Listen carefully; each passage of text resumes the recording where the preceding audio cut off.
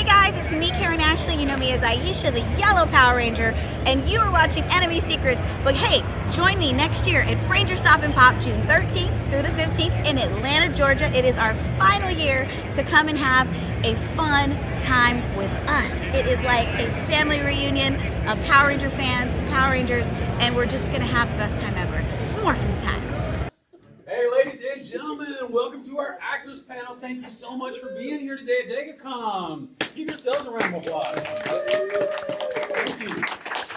Ladies and gentlemen, we have assembled the finest group of actors from all of animation.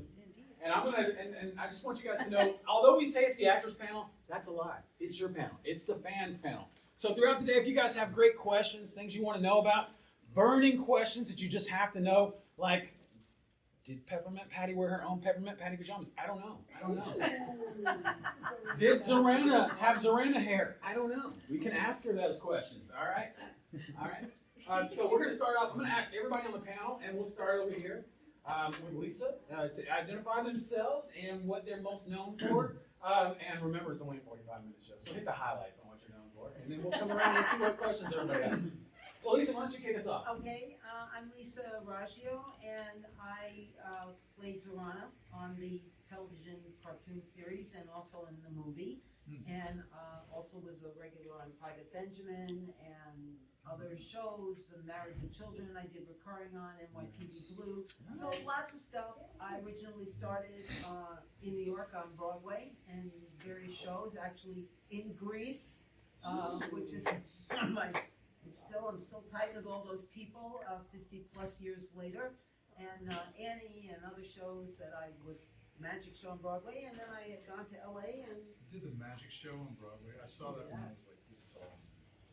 did we not talk about that? That's very funny. Okay, so you did? Yes. The Magic Show with Doug Henning? Yes. Yeah. Yeah, look Yes. at saw that. that. Raise your hand if you know who Doug Wait a Henning minute, is. I saw that Four show. people. You know the show The Cure. No. Okay. Did she do a tour of it?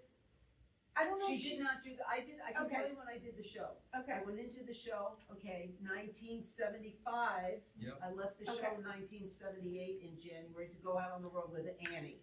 I was in the first national tour of Annie. Oh, were you the person that replaced Patricia?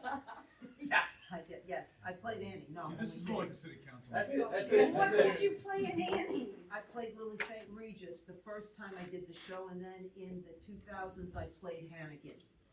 So that's how the industry ages you. That's what you need I'll to know. just- I'll just wait for my turn. Okay, please. Let's meet. Yeah, That's okay. fine. Hi, everybody. I'm John Gremillion. I do not have anywhere near as illustrious a career of varying God, no, careers as please. Chris Revere. So, I'm an anime voice actor for the last 26 years or so, since the late 90s. I live in Houston. That's where a lot of, Texas is a big hub for American dubs of anime. You're probably best known in One Piece as Draco Mihawk. Gentle Criminal in My Hero Academia, Roland Chappelle in Food Wars, Vampire Hunter D in the redub, among many others. Good to be here. Yeah, I'm Ron Cummings. Wow, I'm getting old, so I forget who I am. Everything from Wuzzles to DuckTales, to G.I. Joe, Metal Gear Solid. I'm just a working voice actor, but I came from small market radio. With a very interesting family background in all sorts of kinds of entertainment. So I'm one of those guys that if they said they needed somebody to do something, scared or not, I said, okay, I'll do it. So I've done everything from straight commercials. I'm the guy who said, and now our feature presentation. So I did all sorts of stuff, and I had a really varied career. So it's kind of strange to be here with these wonderful, talented actors, because I'm kind of like the guy who's not a master of anyone, but I did everything, including take out the trash. Hack of all trades. Yeah, absolutely. And you know what? It's a magic thing. Yeah. Great. Hi, I'm Patricia Patts, and I am most known as Peppermint Patty in the Peanuts cartoons. I did 3 shows. I did She's a Good Skate, Charlie Brown, You're the Greatest, Charlie Brown, and Bon Voyage, Charlie Brown, and Don't Come Back. They met me because I was the original Los Angeles Annie in 1978 and worked with Martin Oh my Charney. God, that's why I know your name. Oh my God, I'm sorry. It's okay. Great. It's Very okay. patient. And This is my, awesome. my Listen, the Molly, three children in the room do not seem yeah, offended. I know. My Molly was Michelle DeCure, who worked with Doug Hennings for years. And, Oh my so, and Hasn't then she changed so much since 1978? I have changed, actually, I haven't changed at all. I'm Really. sorry, was Kathy Boulay your? Yes. Miss Yes. Grace Farrell? Okay, I'm sorry, I'll let you go on, but we have to talk later, because I knew Patty Patts, why do I know that? Now I know, okay. All right. Oh my This God. is awesome. That's Right? I love this. That's Everybody, a trip. it's a small world It's after a all. small town, It's a Dayton. small world. Hey, you forgot one of your credits though. You gotta tell me about your horror movie. Okay, so in And the 80s. you don't have to explain what a party line is too. Okay, in the 80s, I did a slasher horror movie called Party Line. For those of you not old enough to know what a party line is, we used to have these 988 numbers that you could call. This was before the internet, and you could call and you could talk to perfect strangers online or on the phone. On the phone. And so the idea behind the movie was that this young girl is on this party line. She makes a date with a guy. When she shows up for the date, so does the guy she babysits for. He ends up dead. And so she knows who the killer is and goes to the police. It starred Leif Garrett, Richard Hatch, Sean Weatherly, Richard Roundtree, Terrence McGovern, Oh. just I like need to go this. That was BTS back in the day. It was like this astounding group of people that I got to work with. It's not the greatest movie, but it was a great experience. Did you die in a profound way? I did not die. Oh, you're the final girl. I was the survivor. Yes. Yes. But you I'm were a shaken to the survivor. core. And you know, it's Terrence McGovern's birthday today. Is it really? Yes. There you go. I get to see This him day is again. just too cool. He's going to Chattanooga Comic Con, I am and too. I'm like online one day, and I'm I like, can't believe this. that's the guy I slapped in Party Line. Terry McGovern. Terry McGovern. He went by Terrence back then. That's so proud. Jenny, it's your turn to talk. Come join us. Come join the My name conversation. is Gini Holtzman, and I too was the voice of Peppermint Patty in the 80s. Just after you took my job. I'm sorry, mine got taken from I me. know. So, Which movie? You turned 12 a little bit. Why goes Which off in your title? hand? Flash Beagle. Yeah. Yeah. Snippy's getting married, and then the Saturday morning cartoons. Charlie Brown and season Snoopy 2. Show. What about Race Charlie for, Brown and Snoopy Show. Yeah, What about Race for Your Life, Charlie Brown? not me. No. Sorry. His dream was to meet the Peppermint Patty from that. Yeah, Sorry, man. I did not. I can't Oh, fulfill well. that for you, but. Oh, well. I also did some other cartoon animation voiceovers. I did a Cabbage Patch Kids First Christmas, and Punky Brewster, the cartoon, and some other radio spots. Nothing you probably heard, but And just so you guys know, if you are interested, I'm selling Cabbage Patch to my booth, and she will sign them on the butt. yes. And she does charge. Did some butt So signing she today. signed a butt today. So you can be her second butt signing in history. And guys, if you have questions, just shoot your hand up. Guys, real quick dream roll. Thing you wish you would have done. Thing you'd love to do still. Anybody who wants to take this one? I don't know. All right, go for it. The saddest day in my life was when I found out I'd never be able to play Peter Pan. I know that sounds insane, but it's a role I always wanted to do, was to play Peter Pan. Why couldn't you? Well, just physically, they're not gonna cast me as Okay. Peter Pan. And the other Okay. role I really wanted to play was Adelaide in Guys and Dolls. Oh. Pretty great part. Yeah, that's Just a great before part. I didn't get it, but the Peter Pan thing, I remember when I had the realization, they're never gonna fly me, the Flying Foys or whatever that company is that flies Yeah. everybody. I thought, yeah. So anyway, that's just a silly thing, but since you asked. Anybody else got a role that they wish they played? Something you'd love to do. Billy in Chicago. Really? You should go. Yeah. Okay. That's a great one. Yeah, I yeah, yeah. got to see them in San Francisco. Yep. And it was Gwen Verdon, Gina Yep. Rivera, and Jerry Orbach. Nice. Wow, Yeah. great. Nice. Yeah. Yeah. I wanted to be Fraggle Rock. And instead of Frank Rock, I got G.I. Joe, which turned out to be a much better choice. Right? All right. Much better choice. And other than that, I always wanted to do stand-up, and I went to DeMarcus's Off the Wall 6 weeks after Robin Williams was there and left. Wow. And they told me it's a good thing you weren't here 6 weeks ago, because your parts were in the improv would be, yeah, well, but, you know, so you, because Robin was crazy back then, so that was it. But And this guy could have definitely done stand-up. You should have heard him pitching his jokes to the Burger King drive-thru yesterday. That poor guy was just like, I'm trying to give you your sandwich. And yeah, Brian was sitting with his best material. Ladies, how about for you? I'm coming up with nothing. I think You have a for the complete career. most, You've been happy enough. yes, I wish I had done more stuff, but just because I love the work, not because I wanted a bigger resume. But man, I've had a really interesting, cool life that I'm super proud of, and I don't See, know. you know, I should have finished with you because now Ginny's going to say a part and it's going to sound real It's selfish. gonna, yeah, it's totally gonna sound selfish. I was actually not gonna say a part, I was just gonna say more. Yeah. You know, cause I didn't do that much. I stopped at a young age when I was just starting to get some jobs. But I did audition for the real Punky Brewster, and they called me back a few times, and I feel like I was really close to that one, so that one probably would have been, Wait, fun. was that Solar Yeah. Moon Yeah. Fry that got that? Yeah. Yeah. Only somebody would have totally Tanya Harding her. Hey, hey. You mentioned you stopped. What was it that drove you to stop? I wanted to be a normal kid. I wanted to play with my friends. I wanted to stay after school. I wanted to do normal kid stuff. And when I verbalized that to my mom, she was like, okay, and that was it. Wow. Just like that. Was it cool though growing up and being able to say, hey, you watch the Saturday morning cartoons, I'm on 2 shows? It probably would have been cool. I didn't talk about it a lot until my adult years. I have people that knew me my whole life and never even knew that I did it. Oh, wow. Yeah. Interesting. Now, Yeah. when you became Peppermint Patty, I mean, and this is a great question for all of you and for John, because you've seen some other actors, but how much I'm assuming you've probably heard Patricia and other Yeah. actors work. I mean, did you try to mimic that, or do you really kind of recall, do you feel like you're Peppermint Patty, you can tell the difference between you and Patricia? I feel like she knows her voice just like that, and I know my voice just like that.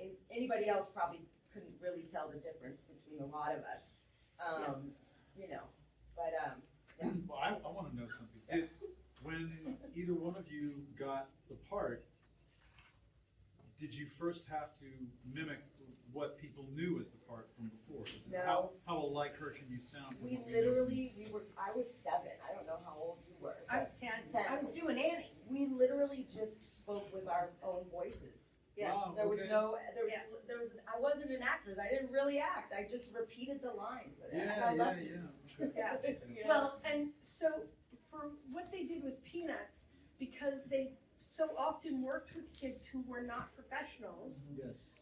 our director, Bill Melendez, would feed the lines one by one. one by one. Now, by the time I got it, I'd done 40 shows. Yeah. I was in Annie. I'd already been in a series. Like, I had a body of work behind me. And Bill had this really funny, he had a character voice anyway, but then he was also born and raised in Mexico City. So he had that Hispanic pattern that's very quick, and everything he said would be, and then he also had this weird, like a Muppet sort of. yeah, kind of, and he had a handlebar mustache, and he was a character. It was awesome. So he's in the room with me, and he goes, okay, so this is what I'm going to do. I'm going to say the line, and then I want you to repeat the line exactly as I do it. And I went, So everything was a line reading. That's all it Wow. was. Everything. That's all it Crazy. was. so he says this to me, and I say, so you want me to repeat every line as you say it? He goes, exactly as I say it. I go, okay. And he goes, hey Chuck, how are you? And I go, hey Chuck, how are you? And he goes, oh, no, without the accent, without the and I go, you know, I am 10, and I do know how to read. And he goes, oh, okay. Well, I've been watching Peanuts for years. I knew Yeah, the that's why- inflection. That's why I thought they wanted you to sound like it, because it's so, as a kid, those voices are so iconic and they're so in my head from the original first movie, or You're a Good Man, Charlie Brown, whatever, Yeah. when he goes to the spelling bee or whatever it is. Yeah. So I thought, if they don't get this guy who can go the same way, or Lucy sounding the same, or Shorter sounding the same, or Snoopy, then it's gonna be So like a thing. they had a really unique ability to find They voices. must There have you gone go. through thousands. And It there's must a have been, yeah. there's a very famous story of Charles Schulz, who did you meet Yes, him? I did. Okay. Wow. We called him Sparky. He Okay. said all my friends call me Sparky. So Sparky was at the airport and he heard a little boy that sounded like could be a Charlie Brown. So he was following him through the airport. And the mom picked up on the fact that this old man Oh, was following her son around. She finally turns around, she was like, look, creeper, you leave my kid alone, or I'm calling the police. And he was like, no, I'm Charles Schulz, you know, Peanuts. And she was like, you need to leave now. And he was like, okay.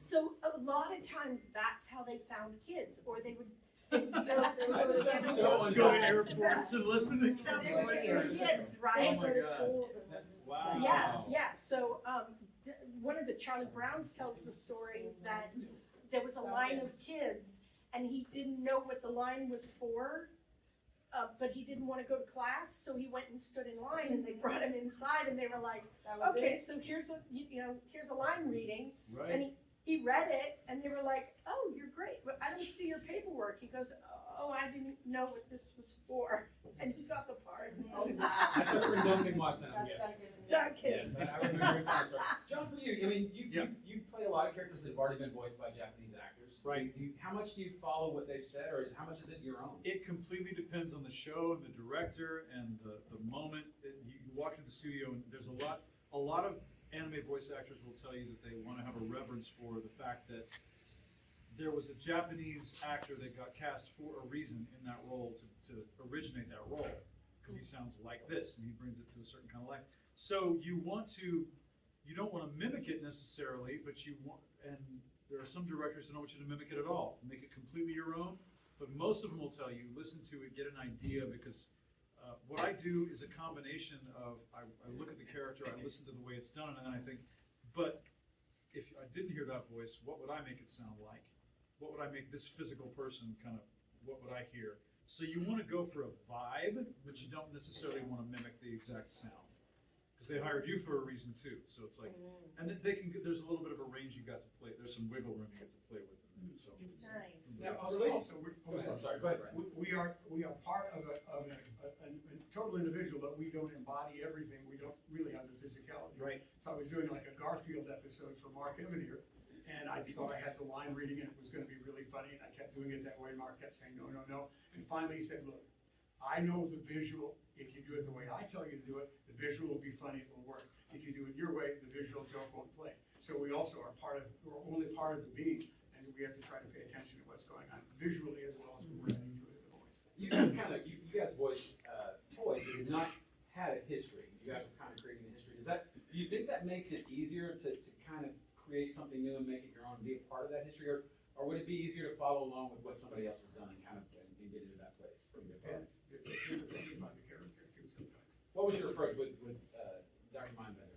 Well, sometimes there are things you just do out of desperation. So the Dr. Mindbender character it just came to me that there was a little bit of a classic actor involved there, so I just did a comedic version of that guy and really liked it. So sometimes you just take a stab. Sometimes you have some ideas about where the character is going to go. So, and usually I go in with the idea that I've got 3 possibilities, and so I can try 3 different things. Because obviously you do something, and some directors will give you salient information. Otherwise you'll do something, and if someone says that's not it, where do you go? So you always have to have some place that's a good jumping off point. That's going to take you to maybe something that you find in the character. And heaven forbid, once in a while, someone will say, I didn't think of that. You did something interesting. Because the other thing is 90% of the people who read for any part will probably do just about the same thing, because the same cues are there in the character. So you also want to, like playing Pooh, you want to do a little English words, stand out from the other guys as well. Lisa, same question for you. What was kind of your approach with Savannah? Did you find it better to create something or to kind of follow in line. What do you think? Well, I think I don't know that there was anybody before me that did Savannah. I mean, I don't recall that the interesting thing that happened was I had just gone with this commercial agency in LA. Do you remember, Don Pitts? Don Pitts, he was a voiceover guy, and he really sounded like that all the time. So I had just gone with them for on-camera commercials, and I get a call from him in the voiceover department. I didn't know him. He goes, "Hey, it's Don Pitts. Yeah, he just signed with us." I said, "Yeah, what's going on, Don?" He goes, "Have you ever done voiceover?" I said, "No." He said, "Well, I got this audition. You know where Wally Burr's studio is?" I said, "No." So he gave me all the info. He said, "Well, go over there. They're going to be doing this cartoon series, and they're looking for this character. She's going to be a regular on it called Zorana, right? Or regular or recurring, whatever." And I said, "Okay." And he said, "I can't tell you much about it because I don't know if they know what they're looking for, but you might have to, can you do a Cockney accent?" I said, "Yeah." So short version, I go over there, never having done any of this before. I go in, I had enough brains to go, I'm gonna come up with 3 different ideas here. Put them down. They said, "Thank you." I left. I got home, he called me and said, "You booked it." I went, "What?" I thought it was just 1 episode. Oh no, they booked me to play Zorana. I was shaking my head going, how did this happen? I mean, half the time you can't get people to return your phone calls. Yeah. I felt so blessed and so lucky. That's how that happened. And yet, I think all I had seen was a drawing of her. That's all I had seen. It's not like you're watching and you're seeing, because it was my understanding that they draw to what your vocal stuff is, which a lot of people don't know. It's not like you get the animation that you're seeing it without any kind of vocal dubbed in. No, they get your part that you put in, and then the animators create to what they've heard. So that was all I had to go on. I mean, I saw the picture, I came up with a couple of ideas, and I hit the jackpot on that. I really never expected that, so I felt exceedingly lucky that happened. Yeah. My friends, what questions do you guys have? Is there anything you guys want to know from our great actors? Go ahead, my friend. I was going to actually ask to see, as far as a follow-up, as far as why, since Zartan and Zen are both American, how your accent came up to be different, you know? That's a very good question. They had said that's what they were looking for. I don't know why. I mean, that is a good question. That's what they were looking for, and as I said, I gave them 3 different styles of it, and the one that they chose is the one that landed. But you would think, and the only thing I can figure is maybe Zartan and Zorana weren't raised in the same household. I was going to say, I don't different know. moms? I don't know. It is kind of wacky. Yeah. All right. That was a great question, my friend. Anybody else have a great question? So let's talk a little bit about, because, you guys have seen toys and everything that's kind of from the characters that you voice and action figures. And what do you think when you see that? I mean, does that resonate that you're a part of that history? You see that and say, that's me? How do you feel when people come up with those things? That's a tough one. It's weird because sometimes you do, because they kind of put you on a pedestal a little bit. I don't really think of it that way. I'm really glad that I got into voicing anime in the late 90s when anime was just a little nerd in the corner, and you got thrown in your locker if you liked anime. So it wasn't on anybody's radar. It didn't have any kind of the attention that it has now. I like that a lot because it feels the same when I go into a studio today. It's the same kind of work. It's the same kind of, okay, we're just gonna do a job. We're just gonna work with the director. If it's such a competitive field now and it's such a multi-billion-dollar industry, so that if teenagers and college students and everybody today, they all want to know, how do I be a voice actor? How do I become one? Like, it's this major Hollywood thing almost. And it's such a low-key thing in your mind. If I went into a studio today thinking, oh my God, everybody's going to be talking about my voice on the internet, whether I did a good job, whether I was faithful to the manga, I wouldn't be able to focus on doing a good job, because it's all about the art. You want to just kind of do the role and focus on the scene, and that's all you want to worry about. So that's one thing. So being put on kind of I think the answer to your question is no. I don't think when I see a figure, I'm part of, I am to them though, because it's interesting. There were different studios that recorded One Piece. It was usually 4 Kids was the first one to do it, and then it went over to Funimation, and then Funimation almost stopped dubbing One Piece for a while because no one was watching it. And we didn't know it was going to be the longest running anime ever. But the pandemic shut everything down. People started binge watching One Piece because it had so many episodes. So we got a whole bunch of new fans, and that's why I get invited to a lot of cons now. And then they did the live action on One Piece, and then it exploded. So now it's a huge thing when it started out as not as just. So I think the message is COVID really helped your career. That's right. Wow, something good came out of that. Hey, yeah, Pats, you guys, Jenny, you guys, are you Peppermint Patty? I mean, do you see those toys and think, that's me, I was that? Yeah, I do now. I didn't, like I said, for the look longest so time. much like her. Red hair, yes. But the real question, If she grew up and had a nose job, this is what she would look like. So, yeah, I just see it and think, oh, that's my childhood. We'll get to your question next, Riz. Okay. Jenny, your thoughts? Yeah, I mean, I do now, but when I was growing up, like I said, I just kind of swept it under the rug, so. I did too. I mean, I didn't talk about it, and I was in a relationship for years where he was like, nobody wants to hear your stories. Nobody wants to know about that. Whoa. Yeah, Okay. yeah. So yeah, I literally had friends that I'd had for 10, 15 Entire years, life, yeah. and I'd make some, random comment about peanuts, and they'd be like, what are you talking about? And- Where they go, yeah, okay, but really it didn't sink in what you said. Why does she And, think and she's yeah, using well, I peanuts? just thought you had posters on your wall because you liked peanuts, not because you were in it. Yeah. Wow, that's crazy. For Brian, Yeah. for you? This is just weird. I don't necessarily think, first of all, Dr. Mindbitter doesn't look at all like I do. I have a guy who ran a con in Northern California, and he said, I've got 4 different cons, and he said, if you would just shave your head and work out and show up in just a leotard, I'd have Oh you my at every one of my God. cons. Oh, come on. And You I, said that? and I called my wife Carla, and she said, and if you did that, you showed up at the door, you wouldn't be getting in that house at all. It's really great to have, there's a neat thing to be able to be disconnected from the character when you're not doing the character, and to have the character in your head and in here when you do the character. It's nice to walk, what's that thing about walking in somebody else's shoes and you're a mile away and you wear his shoes? It works really well to have that moment, to live in the moment, and then be able to set them aside. You can do Wow. other stuff. Lisa, your thoughts? It's funny, I remember when we did the show back in the day, and we got the first incarnation of, I still have it, I have 2 of them, and they're still in the little boxes, I never opened them, I kept them. Then there was a big re-release of, I don't know, all of that stuff. And I look at it, and sometimes I have it in my house, or people come and stay with me, and they go, why do you have this toy? And I go, well, that's the character that I voice. I mean, I love the way she looks. I love the way they drew. I love the way they drew Verona. I mean, she's like, she's a badass, okay? Anybody who doesn't know Serrano, by the way, stand up and let's see your costume. There I am. There's Hi. There he is. Hi. Serrano. And, I look at it and I think it's kind of cool. Some of my friends will say, wow, that's really wild. You got that little action figure doll.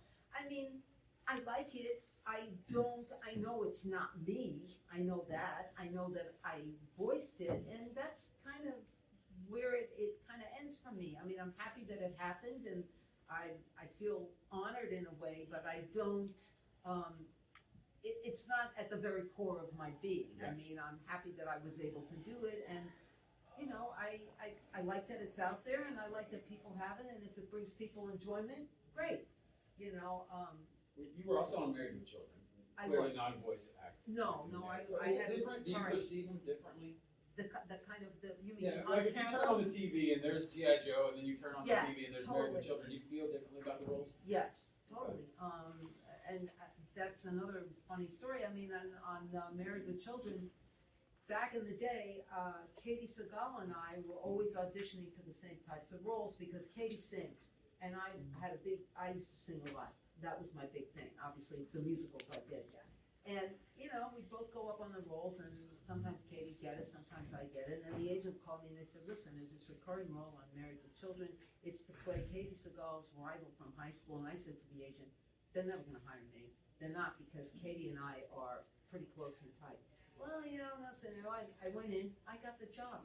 I was like, oh, what? I couldn't believe it. So when I would see myself as myself on camera, I liked the voiceover stuff better because I don't know how other actors are. I'm never happy with the way I look when I see myself on camera.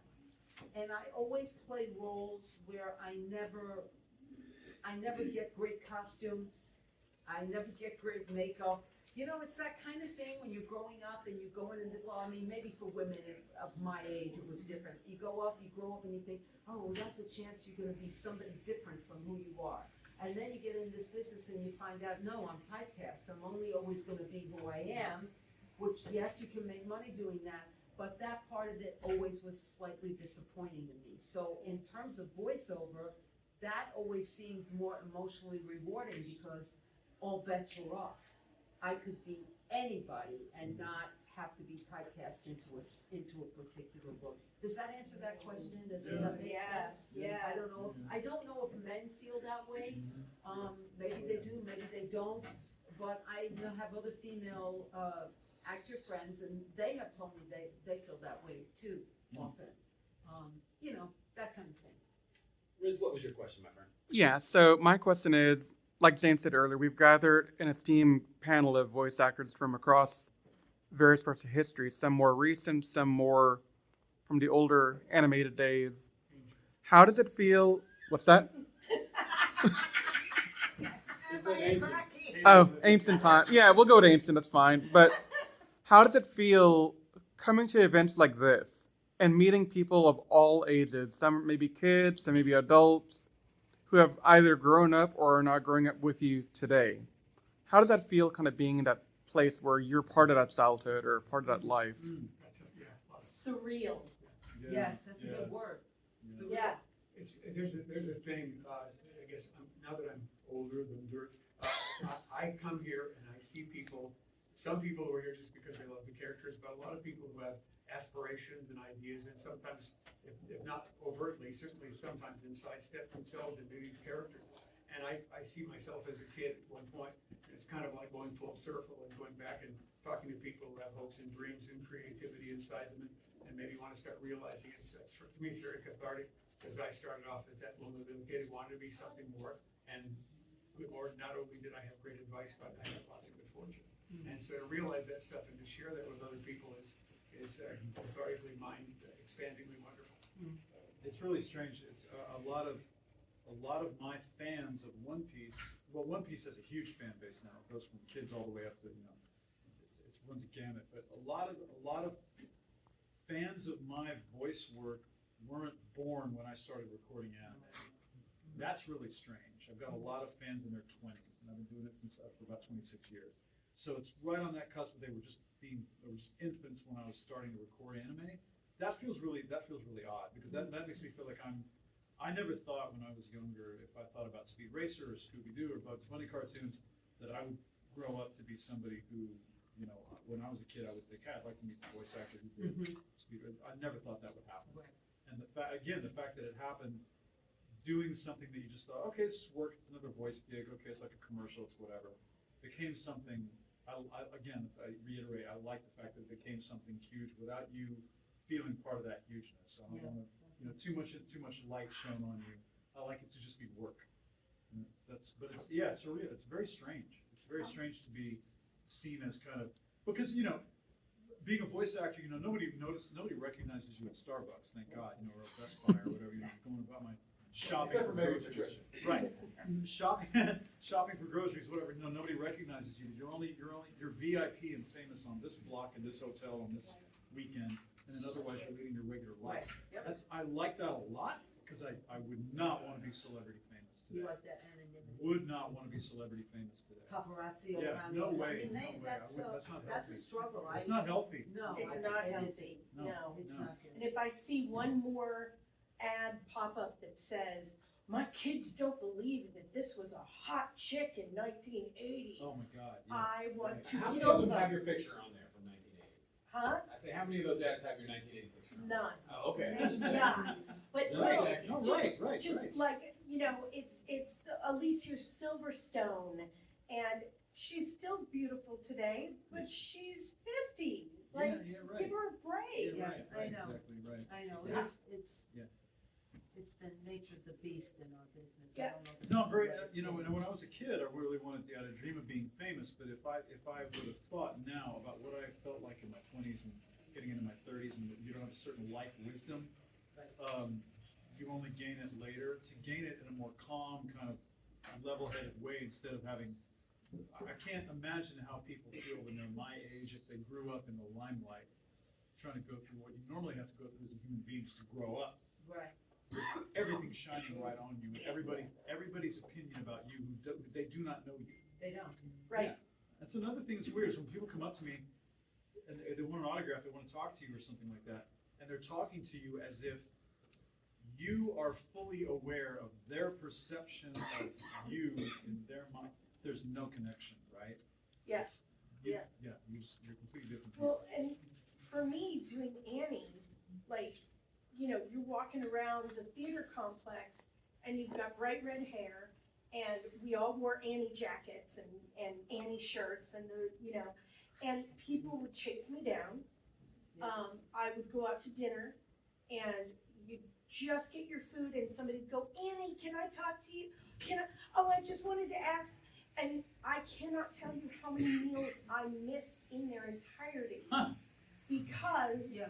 Yeah, some adult would stand there Commandeer. for 40 minutes right, and want to talk to you. right.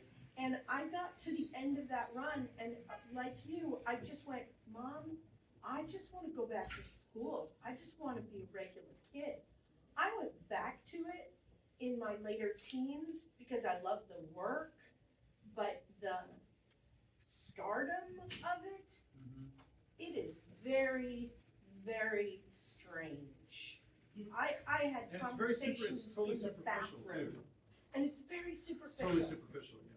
Yeah, When I went out on the road with that, it was 1978, it was the first national. So it Okay. was Marty, Peter Gennaro, it was Yep. the whole gang. By okay. the way, did you know Janet Barossa, production stage manager? I knew of her, but I didn't know her. Okay, she was the best, absolutely the best. Kathy Jo Kelly was our Annie. Okay, That kid, and it breaks my heart, that kid was so scarred from the situation of being out on the road. Her mother was my understudy. There was a lot of personal stuff that went on between her mother and another teamster. And that kid was so scarred, and she was really good and very talented, that she walked away from everything. She's actually a shrink now, and I have to Good. say, I think she's 50. Benefits from that, Actually, sure. tomorrow, this is such a weird thing. Tomorrow is Kathy Jo's birthday, because when I was on the road, we celebrated our birthdays together. I Okay. adored her. She Yeah. was really a great, great kid. Yeah. And it changed her life in a very unpleasant, dramatic way. yes. Just all the focus on her. Kathy, you have to do this. Kathy, you have to be here. Now it's the White House. Now it's this. She couldn't be a kid. Oh, Yeah. She could not be a kid. Yeah. And it taught me a lot after I was out on the road for almost 14 months with that, and I thought, I don't have children, and that was by choice. And I thought I would never let a kid go into this business. I think if you're 18 years old and you now know what you want to do, great. But it just deprives them of childhood. That's only my personal Yeah, sure. opinion. Yeah. But Yeah. that's what I witnessed with all Yeah. those little girls. I Yeah, really did. I can tell you that nobody was going to stop me. Right. I wanted it. I was literally on my knees begging my mother to take me to the audition. Right. My brother and sister had just gotten done doing Annie Get Your Gun with Debbie Reynolds and Gavin McLeod. And my mother was like, I'm not doing another green room that's beige. I'm done. I'm not doing it. And my 15-year-old brother said, but Mom, it's our destiny. Oh, God, that's great. My mother was like, ah. We got another audience question. What was your question, my friend? This is for Ms. Raggio and Mr. Cummings. So was there any big difference between from the 2 seasons of Sunbows to the movie? And was there any, as far as recording, getting, meet some of the new people coming in, and were there any indications that there wasn't going to be a 3rd season? Do you wanna jump on that? I hate to say this, but I didn't have the luxury of doing it because I did such a variety. I did everything from I was just busy picking up everything that I had to pick up and getting from session to session. So I enjoyed the thing. What we were just talking about, the only thing that I had to take a little bit of exception with is I don't expect people to have a personal relationship with the character, but I do believe that, like I did, that people have relationships with the characters that we play, and that much I need to honor, because if they have affection for the character, that means I did my job, and if they feel it, so I have to kind of, I feel the presence of somebody watching us when we do it. That just is my psychology, but then when I run into people who are fans of the show, to me, I'm like that friend that they had that they didn't know that they had, and vice versa. So you have that little bit of that stuff going on. As far as whether we continued or not, I was just busy showing up. And so it was a pleasure to do that. Sometimes it was hard, sometimes it was easy, but it was always, the most important thing about all this stuff is that what makes it really great is those things that you do that are hard, that you didn't expect that you could do, that you learn and surprise yourself from doing, or the things that you develop that you didn't think you can do that you can do if you're pushed a little bit. So it's always an adventure that's sometimes difficult, but in the end has some satisfaction for you. And when you connect with fans and come to something like this, you realize that somehow your character's reached other people, and that gives it some more significance. Now, I know, and you might be able to weigh in on this, Brian, but I distinctly remember when they decided to take the job to Canada. And they revoiced us, they did voice matches. Now, I think that must have happened after the movie though. Yeah. So I think that was probably the reason there wasn't another season, I guess the season happened up there. And I mean, I wasn't that happy about that because I thought, hey, nice job here now, bye-bye job. But everything was starting to move. I do love when people say, you did the movie, you got to hang out with Don Johnson and Sergeant. No, they were celebrities, they wouldn't let us record with those guys. Yeah, We did our exactly. stuff and we did our work and everything, and they were separate. But it's interesting what you're saying, I just wanna, and I don't know if this answers your question, Jay, but what Brian is saying, I think is so worthwhile. When you meet the people, I mean, going to these cons, first of all, I never thought in 1985, 86 that I was going to be best, if I catapulted myself into the future, did I ever think I would be sitting at a place like this and someone would be saying to me, I watched that show and it helped me through this. I went into the service, I gave my, I never thought, I thought it's a cartoon series. Yep. That's what I thought. I remember watching Bugs Bunny and then loving to watch Wonderama. I mean, I'm certainly dating myself, but I mean, did Bugs Bunny and Porky Pig and Donald Duck have the same kind of impact on me? I don't think so, because G.I. Joe was trying to, it was a whole other different time, and it's a different message. So when you meet the people at these cons, you meet the fans, and they come and tell you their life story. And I'm so incredibly touched by the fact that, I don't know, I'm here just doing, quote, a session. That's Right. what it was at the time. Yep. And now I meet somebody who says, but this is how that helped me, or this is what I felt. You can't put a price tag on that. I mean, Right. I've had people tell me stuff that I'm sitting there and I'm like crying because I can't believe this person and their parent has told me this story. And what a great gift that is. Yeah, I had Dad come up to me. Great gift. I had Dad come up to me and say, thanks for being here at this convention, and we went to see your panel, and thanks for saying that about follow your career and Right. don't be a jerk and get off social media and this and that, because my son won't listen to me, but he'll listen to you. Isn't that interesting? It's like, Think about really? that power. Okay, well, Think yeah, of that that's a power. lot of power. That's a lot That's of a power. lot of power. So you don't take it for granted. You can't take it for Every once in a while, there are miraculous things. I met by accident Oz Butler, who was Huckleberry Hound and Yogi Bear, first cartoon voice for television. And we were first married, broke as can be, and he was charging $10 a week to teach. I met him by accident. I became his first student. And I went to him and I said, we're broke, I can't afford to come to class. And he said, you're on scholarship. So we had a 30th anniversary of the passing of Dawes, and all of his former students showed up. And after I was done, Nancy Cartwright got up and said, and I was on scholarship. And Bill Plummer got up and said, I was on scholarship. Wow. And I looked at this guy who changed all these people's lives, and he did it for the love of the craft and the love of the God, people. that's a great story. It's awesome, it's awesome. So we're down to our last few minutes here, guys, but just any closing thoughts on, what it means to be able to interact with the fans, or any advice you'd give to anybody who might want to kind of move forward in an acting direction? I'm gonna start with Ginny Go ahead. and make our way back this way. You may fail, but go for your dreams. And if you fail and you don't receive your dream, then realize that there are other dreams that you may not know that you had that might come true, and in any case, you're gonna grow and be better for it. Well, having a goal or having a dream and everything, it keeps you vital. It makes you a vital human being. That's what you want to be. I mean, you gotta wake up in the morning and have something to look forward to, no matter what it is. And even if it's something that is gonna be difficult, trying something difficult keeps you alive. I mean, it's much better than just sitting around and kind of thinking about, I wish I was doing something. Just do whatever you feel, and don't let anyone tell you not to do it. Don't listen to anyone who tells you, you can't do that. I think, well, who the hell are you? Don't. Somebody, I don't remember, somebody gave the quote, said, it's supposed to be hard. If it was easy, everyone would do it. That's right. Oh, that's great. Right. I would just say, really look inward and see what you're passionate about and do that. Walk through any door that opens that has to do with anything that you're passionate about, because you never know what's gonna be on the other side. Things that you never even could have dreamed of, and you end up right where you're supposed to be. And, so I always just say walk through every door.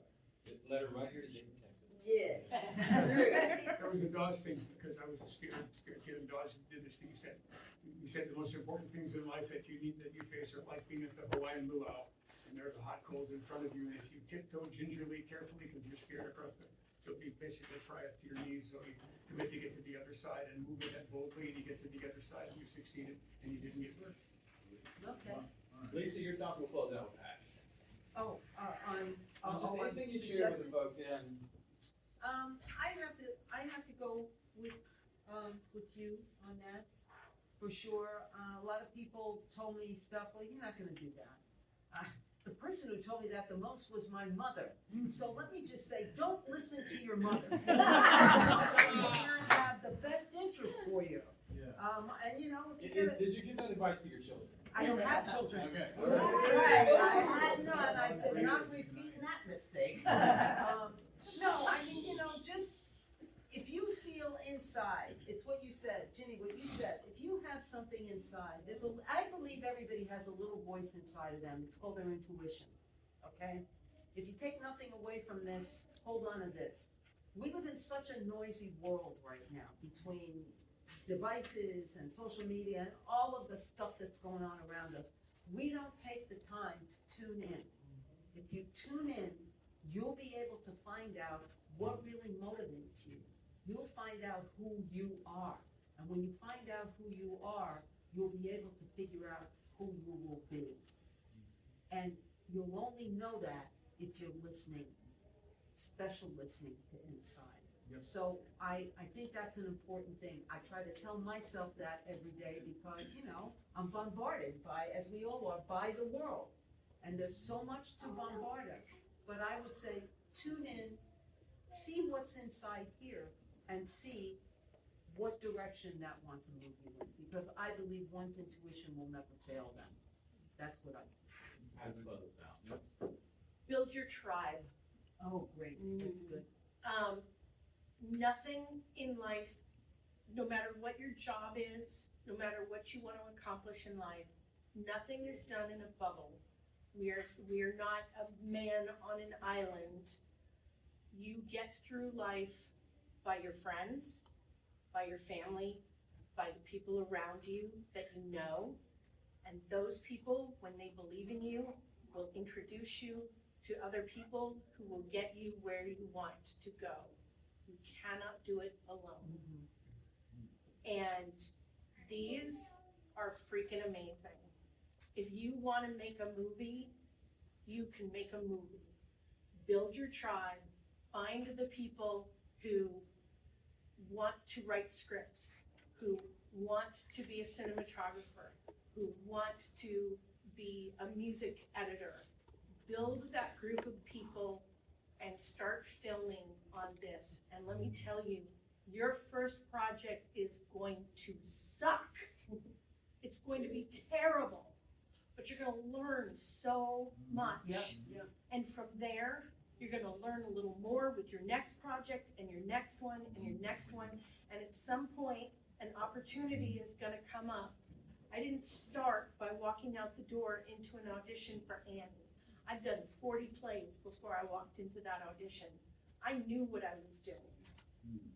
And you can do it from Dayton, Texas with a cell phone. And at some point, you'll turn around and somebody will go, that's really cool. I want to be part of that.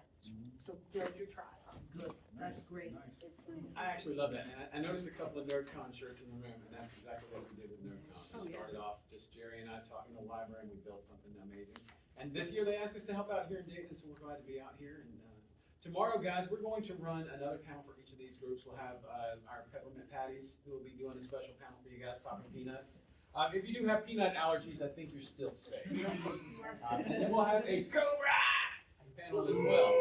So you guys will be welcome to come to that. I just have to ask you guys, now, okay, go back to the magic show for one hot second. It was a right. very important part of my life. Yep. How did you get to see that? Or I how- just went to New York on a vacation with my family and we saw some Broadway shows. You The did. Beatles show, Oh, Beatlemania. Beatlemania was Okay, there, and the yeah. Magic Show, and I can't remember what else I saw, but yeah, those were the two. That's amazing. Yeah, it was fantastic. Wow, you probably saw me in the show. I might What have year seen was it? You remember? It's mid-70s, Yeah, so you probably did. I'll find Okay. out. And Michelle DeCure, who was my Molly, was Okay. in the Doug Henning show She must have been in in. 76, She might have 77. been, oh, she might have been in, was she in the show in Canada? Because he came from Canada with a show called Spellbound. She was American. She lived in Yeah, there were no Downey or kids, there were something. no kids in the Broadway show. I mean, okay. Yeah, but that doesn't mean she wasn't, I just was curious, but you hadn't seen it. No, Okay, I it's hadn't seen because of her, okay, I get it. yeah. So my But friends she at this talked time- about it all the time. She I'm gonna loved ask you it. guys to stand up and come on up here. We're gonna get a picture with all of our actors. If you don't mind, Right. put our fans.